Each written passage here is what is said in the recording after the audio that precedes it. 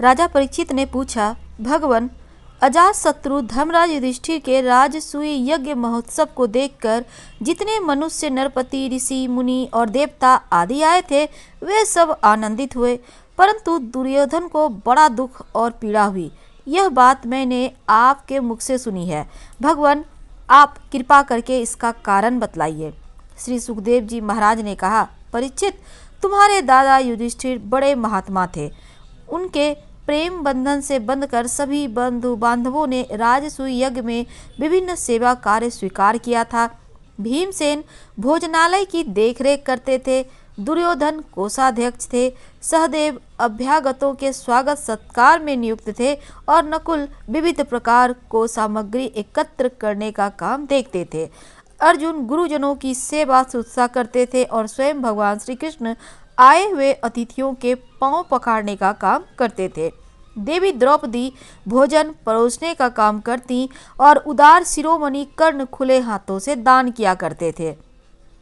परीक्षित, इसी प्रकार सात्विक, विकर्ण, हार्दिक, विदुर, भूरिश्रवा आदि ब्राह्मिक के पुत्र का संतदर आदि राजसूय यज्ञ में विभिन्न कर्मों से नियुक्त थे। वे सब के सब वैसा ही काम करते थे जिससे महाराजा युधिष्ठिर का प्रिय और हित हो। परीक्षित, जब ऋषि सदस्य और बहुयज्ञ पुरुषों का तथा अपने इष्ट मित्र एवं बंधु बांधवों का सुमधुर वाणी, विविध प्रकार की पूजा सामग्री और दक्षिणा आदि से भली भांति सत्कार हो चुका तथा शिशुपाल भक्तवत्सल भगवंता के चरणों में समा गया, तब धर्मराज युधिष्ठिर गंगा जी में यज्ञांत स्नान करने गए। उस समय जब वे अवभृत स्नान करने लगे, तब मृदंग, शंख, ढोल, नौबत, नगारे, नरसिंगे आदि तरह तरह के बाजे बजने लगे। नर्तकियां आनंद से झूम झूम कर नाचने लगी, झुंड के झुंड गवैये गाने लगे और बीना, बांसुरी तथा झांझ मंजीरे बजने लगे। इनकी तुमुल ध्वनि सारे आकाश में गूंज गई।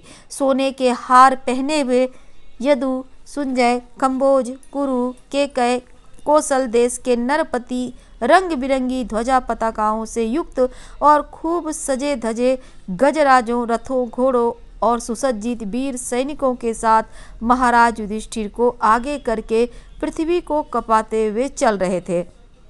यज्ञ के सदस्य ऋत्विज और बहुत से श्रेष्ठ ब्राह्मण वेद मंत्रों का ऊंचे स्वर से उच्चारण करते हुए चले।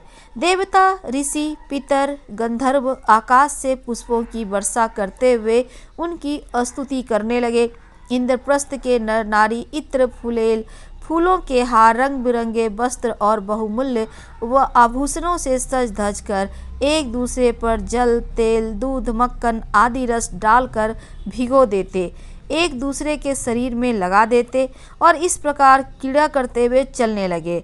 वरांगनाएं पुरुषों को तेल, गोरस, सुगंधी जल, हल्दी और गाढ़ी केसर मल देती और पुरुष भी उन्हें उन्हीं वस्तुओं से सराबोर कर देते।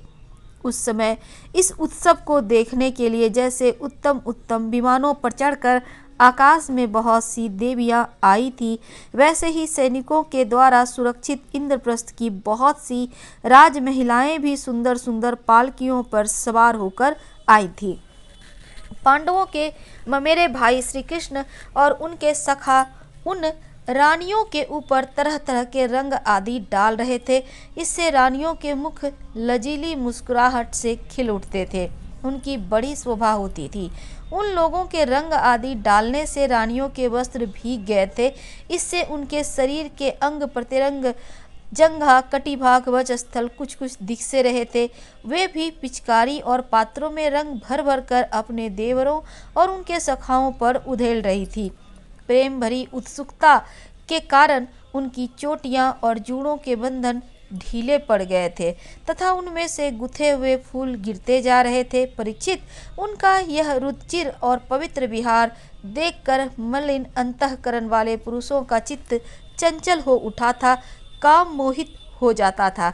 चक्रवर्ती राजा युधिष्ठिर द्रौपदी आदि रानियों के साथ सुंदर घोड़ों से युक्त एवं सोने के हारों से सुसज्जित रथ पर सवार होकर ऐसे शोभायमान हो रहे थे मानो स्वयं राजसूय यज्ञ प्रयाज आदि क्रियाओं के साथ मूर्तिमान होकर प्रकट हो गया हो। ऋषि जनों ने पत्नी अनेक प्रकार यज्ञ कर्म और यज्ञांत स्नान संबंधी कर्म करवाकर द्रौपदी के साथ सम्राट युधिष्ठिर को आचमन करवाया और इसके बाद गंगा स्नान। उस समय मनुष्यों की दुंदुभियों के साथ ही देवताओं की दुंदुभियां भी बजने लगीं। बड़े बड़े देवता, ऋषि, मुनि, पितर, मनुष्य पुष्पों की वर्षा करने लगे। महाराज युधिष्ठिर के स्नान कर लेने के बाद सभी वर्णों एवं आश्रमों के लोगों ने गंगा जी स्नान किया, क्योंकि इस स्नान से बड़ा महापापी भी अपनी पाप राशि से तत्काल मुक्त हो जाता है। तदंतर धर्मराज युधिष्ठिर ने नई रेशमी धोती दुपट्टा धारण किया, विविध प्रकार के आभूषणों से अपने को सजा लिया, फिर ऋतु सदस्य ब्राह्मण आदि को वस्त्राभूषण देकर उनकी पूजा की। महाराज युधिष्ठिर भगत परायण थे, उन्हें सब में भगवान के ही दर्शन होते थे, इसीलिए वे भाई, बंधु, कुटुंबी, नरपति, इष्ट मित्र, हितैषी और सभी लोगों को बराबर पूजा करते थे। उस समय सभी लोग जड़ाऊ, कुंडल, पुष्पों के हार, पगड़ी, लंबी अंगरखी, दुपट्टा तथा मणियों के बहुमूल्य हार पहनकर देवताओं के समान शोभायमान हो रहे थे। स्त्रियों के मुखों की भी दोनों कानक, कर्णफूल और घुंघराली अलकों से बड़ी शोभा हो रही थी तथा उनके कटिभाग में सोने की करधनियां तो बहुत ही भली मालूम हो रही थी। परीक्षित, राजसूय यज्ञ में जितने लोग आए थे, परम शीलवान, ऋत्विज, ब्रह्म आदि सदस्य, ब्राह्मण, क्षत्रिय, वैश्य, शूद्र, राजा, देवता, ऋषि, मुनि, पितर तथा अन्य प्राणी और अपने अनुयायियों के साथ लोकपाल, इन सब की पूजा महाराज युधिष्ठिर ने की। इसका बाद वे लोग धर्मराज से अनुमति लेकर अपने अपने निवास स्थान चले गए। परीक्षित, जैसे मनुष्य अमृत पान करते करते कभी तृप्त नहीं हो सकता, वैसे ही सब लोग भगवत भक्त राजर्षि युधिष्ठिर के राजसूय यज्ञ की प्रशंसा करते करते तृप्त न होते थे। इसके बाद धर्मराज युधिष्ठिर ने बड़े प्रेम से अपने हितैषी, सुहृदय संबंधियों एवं बंधुओं और भगवान श्री कृष्ण को भी रोक लिया, क्योंकि उन्हें उनके बिच्छुओं की कल्पना से ही बड़ा दुख होता था। परीक्षित, भगवान कृष्ण ने यदुवंशी वीर सांब आदि को द्वारकापुरी भेज दिया और स्वयं राजा युधिष्ठिर की अभिलाषा पूर्ण करने के लिए उन्हें आनंद देने के लिए वहीं रुके रह गए। इस प्रकार धर्मनंदन महाराजा युधिष्ठिर मनोरथों के महान समुद्र को, जिसे पार करना अत्यंत कठिन है, भगवान श्री कृष्ण की कृपा से अनायास ही पार कर गए और उनकी सारी चिंता मिट गई।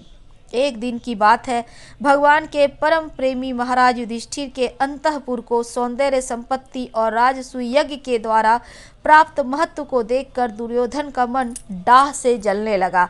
परीक्षित, पांडवों के लिए मैं दानव ने जो महल बना दिए थे, उनमें नरपति, दैत्यपति, सुरपतियों की विविध विभूतियां तथा श्रेष्ठ सौंदर्य स्थान स्थान पर शोभायमान था।